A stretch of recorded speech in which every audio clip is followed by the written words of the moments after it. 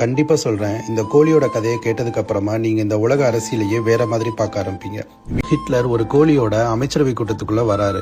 அந்த கோழியோட தலையை தான் கைக்குள்ள இறுக்கமா பிடிச்சிட்டு இருக்காரு. நடந்தபடியே அந்த கோழியோட இறகுகளை ஒவ்வொன்னா பறிக்க ஆரம்பிக்கிறாரு. கோழி கடும் வேதனையில அலறி தப்பிக்க போராடுது. ஆனா ஹிட்லர் அதை விடவே இல்லை. அதோட அலறல்களை கேட்டு கூட கவனிக்காம தொடர்ந்து இறகுகளை பறிச்சுக்கிட்டே இருக்காரு. அமைச்சரவையில இருந்த எல்லாரும் பாவம் அந்த உயிரை ஏன் இப்படி கஷ்டப்படுத்துறீங்க, அதை விட்டுடுங்கன்னு சொல்றாங்க. ஆனா ஹிட்லர் யாரோட பேச்சையும் கேட்கவே இல்லை. கடைசியா கோழியோட எல்லா இறகுகளையும் பறிச்சுட்டு அதை தரையில தூக்கி எறிகிறாரு. அதுக்கப்புறமா தன்னோட பாக்கெட்ல இருந்து சில தானியங்களை எடுத்து அந்த கோழிக்கு தின்ன கொடுக்கறாரு.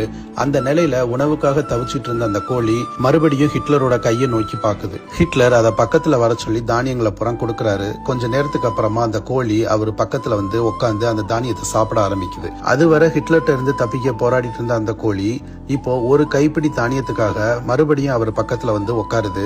இதை பார்த்த அமைச்சரவையில இருந்த எல்லாரும் ஆச்சரியத்தோட இது எப்படின்னு கேக்குறாங்க.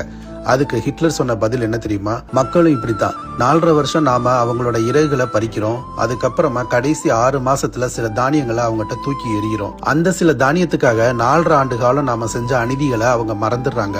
மீண்டும் நமக்கே வாக்களிக்கிறாங்கன்னு. இந்த ஸ்டோரியை கேட்ட அப்புறம் அரசியல நீங்க பாக்குற பெர்ஸ்பெக்டிவே மாறி இருக்கும். இந்த ஸ்டோரியை உங்க ஃப்ரெண்ட்ஸுக்கும் ஷேர் பண்ணுங்க, அவங்களும் தெரிஞ்சுப்பாங்க.